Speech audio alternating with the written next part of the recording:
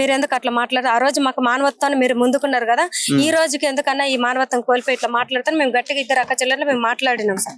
మాట్లాడేటల్లకల్లా ఇంకేం మాట్లాడలేను. సడన్ గా ఎత్తుకొచ్చి టేబుల్ మా దగ్గర పెట్టేసి మా దగ్గర సైన్లు చేపించుకున్నాయి. మా చేతిలో డబ్బులు పెట్టేసి మాకైతే 5 లక్షలు ఇచ్చాడు సార్. మాకు 5 లక్షలు ఇచ్చాడు. మా నాన్నకు మా చెల్లెలకి నాకు మాకు తమ్మునికి మాకు 5 లక్షలు ఇచ్చాడు. మీరు రేపు సాయంత్రం కల్లా మీరు కాల్ చేసి వెళ్ళిపోవాలి. మీరు కాల్ చేస్తే బస్సుని మేము మాకు ఆట ఆడుకుంటాం, వాళ్ళు ఎట్లా వెళ్ళారో మేము చూస్తాం అన్నారు. మేము ఆడికైనా ఒక 4-5 రోజులు మా ప్రాణాలు గుప్పెట్లు పెట్టుకొని ఇక్కడ ఉంటే వాళ్ళ మనుషులు పంపించడం, మమ్మల్ని బెదిరించడం, మనుషులు పంపించడం ఇప్పుడు కూడా సార్ రోజుకు 2-3 సార్లు మా నాన్నకు ఫోన్ చేస్తారు. మా నాన్న ఎక్కడో ధనిమైలారంలో ఉన్నాడు. రోజుకు 2-3 సార్లు ఫోన్ చేసి మీ కూతుర్ని అక్కడి నుంచి తీసుకెళ్ళిపో, మీ కూతుర్ని అక్కడి నుంచి తీసుకెళ్ళి, లేకపోతే అక్కడ కిందికేసి తొక్కుతా, మీ కూతుర్ని తొక్కుతా. గంగాధర్ అట్లా ఆ మాటకైనా మేము బలంతంగా ఇక్కడ ఉన్నాం సార్. సావుకైనా రేవికైనా మేము చచ్చిపోతాం. ఎట్లా తొక్కుతాడు రాని తొక్కాలి అనేది మేము ఇక్కడ ఉన్నాం. సో ఇప్పుడు అక్కడ గంగాధర్ వచ్చినప్పుడు ఇంకెవరైనా ఉన్నారా చుట్టూ? ఆ గంగాధర్ వచ్చినప్పుడు ఆయన మనుషులే ఉన్నారు సార్. ఇంకా ఎవరు లేరు, ఒక 4-5 ఉన్నారు.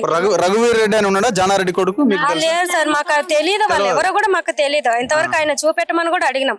ఆయన చూపెట్టండి, కోర్టు నుంచి ఏం వచ్చిందా నోటీస్ మాకు చూపెట్టండి అన్న, మేము వెళ్ళిపోతాం. మీరు మాకు ఈ డబ్బులు కూడా ఇచ్చేది వద్దు ఆయన అంటున్నారు కదా, మేమే వెళ్ళిపోతాం అని కూడా అడిగినాం. మాకు ఈ డబ్బులు ఎందుకు ఇస్తున్నారు అని అంటే, మిమ్మల్ని ఉత్త చేతులు పంపించడం మాకు ఇష్టం లేదు అనేసి ఇట్లా మాట్లాడుతాం.